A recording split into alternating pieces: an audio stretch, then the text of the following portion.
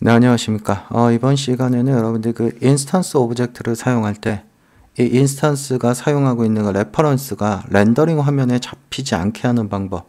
그 다음에 두 번째는 인스턴스 오브젝트, 얘한테 그 다중의 오브젝트를 레퍼런스로 사용하는 방법. 그 두 가지를 한번 살펴보도록 하겠습니다. 자, 먼저 제가 튜브를 하나 만들게요. 자, 얘를 클로너에다 넣겠습니다. 모그래프 클로너. 클로너에다 넣고, 클로너는 뭐 그리드로 한 요 정도만 일단 해둘게요. 한번 보세요. 자, 그러면 얘를 직접 쓰면 상관이 없는데 이제 작업을 하시다 보면 인스턴스를 이용해서 사용하는 방법이 있습니다. 그래서 인스턴스가 레퍼런스를 튜브를 가지고 이 인스턴스가 들어가는 거죠, 여기. 자, 그럼 아까랑 똑같은 결과는 나오는데 문제는 얘죠. 원본이 렌더링에 잡힙니다, 이게 사실상. 지금은 이렇게 겹쳐 있어서 그런데요. 렌더링에 잡히는 겁니다. 자, 그럼 얘를 안 잡히게 하기 위해서 얘의 아이보를 끄면 화면상에서 사라지게, 렌더링에도 안 잡히게, 그럼 이거 아무것도 안 잡혀요. 인스턴스는 얘의 비가시를 이용을 합니다. 자, 이랬을 경우에 어떻게 하느냐. 간단하게 얘를 그냥 그룹으로 묶어버립니다. Alt-G. 그래서 이 위에 있는 부모의 가시 비가시를 꺼버리는 거예요. 예, 그러면 렌더링에도 안 잡히고 원본은 작업에는 아무런 영향을 주지 않습니다. 자, 요거 잘 기억을 하시고요. 자, 그렇다면 이제 두 번째는 다중을 쓰는 겁니다. 다중. 이 인스턴스는 하나의 오브젝트만 레퍼런스로 가질 수 있습니다. 그런데 예를 들어서 제가 뭐 이 스피어를 하나 더 추가를 하고 싶다 이겁니다. 여기다가 이 스피어를, 그러니까 동시에 이 두 개를 하나로 사용하고 싶다.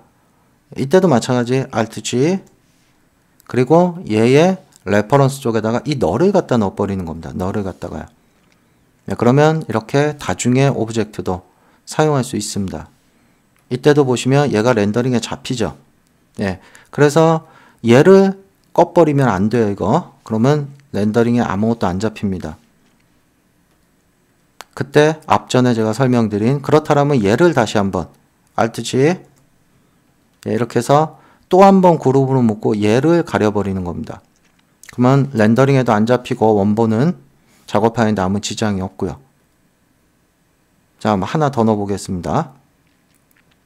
콘 같은 걸 하나 넣어볼까요?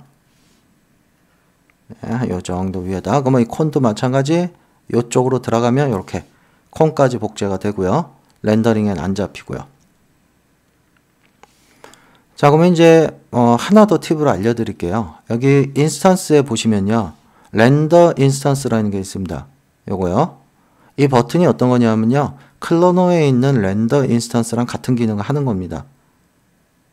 그래서 프리페어링을 안 하게 되는데요. 물론 이게 쓴다고 다 좋은 건 아닙니다.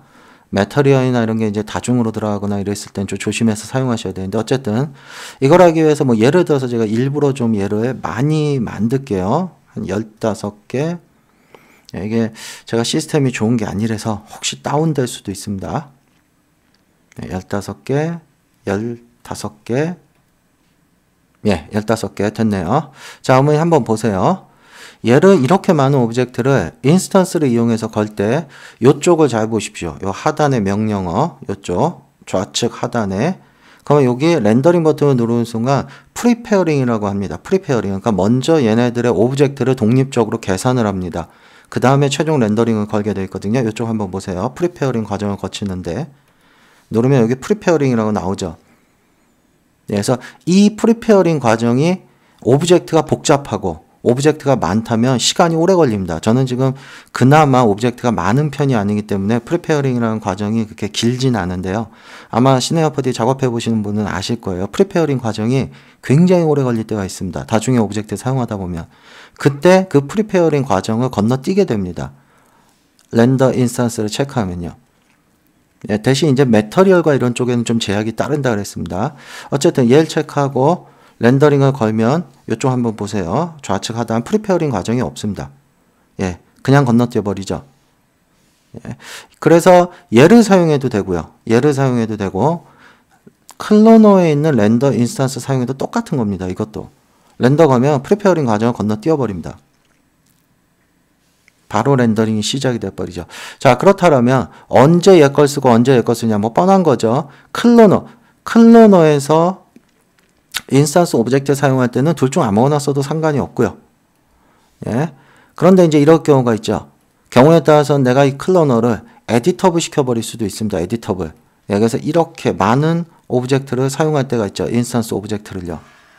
예, 이랬을 경우에는 이 인스턴스 오브젝트에 있는 렌더 인스턴스를 사용해야 된다는 겁니다. 한번 선택을 해볼까요? 다 선택해야 되죠. 그것도 쉽게 하는 게, 그렇죠. 마우스 가운데 버튼으로 클로너를 클릭을 하고 그 다음에 얘만 다시 컨트롤로 클릭해서 빼버리면 되죠. 얘만 다시 한번 뺄게요. 컨트롤 키 누르고 클릭. 시간이 좀 오래 걸리네. 오브젝트가 많아서요. 예, 그 다음에 여기서 렌더 인스턴스. 그러면 모든 오브젝트가 렌더 인스턴스가 체크가 된 겁니다. 그래서 렌더링을 거시게 되면은 프리페어링 과정을 건너뛰게 됩니다. 자, 어쨌든 렌더 인스턴스는 무조건 좋다는 건 아닙니다. 절대. 이 기능이 어떤 건지, 예, 그걸 설명드리기 위해서 제가 설명을 드린 거지 꼭 이걸 사용하라는 것은 아닙니다. 자, 그래서 인스턴스 오브젝트를 사용할 때 렌더링에 자꾸 잡히는 문제 해결하는 거, 그 다음에 다중의 오브젝트를 인스턴스 레퍼런스로 사용하는 거, 그 다음에 인스턴스 오브젝트에 있는 렌더 인스턴스라는 그 버튼, 그러니까 옵션, 그 속성이 어떤 걸 의미하는지 세 가지를 설명을 드렸습니다.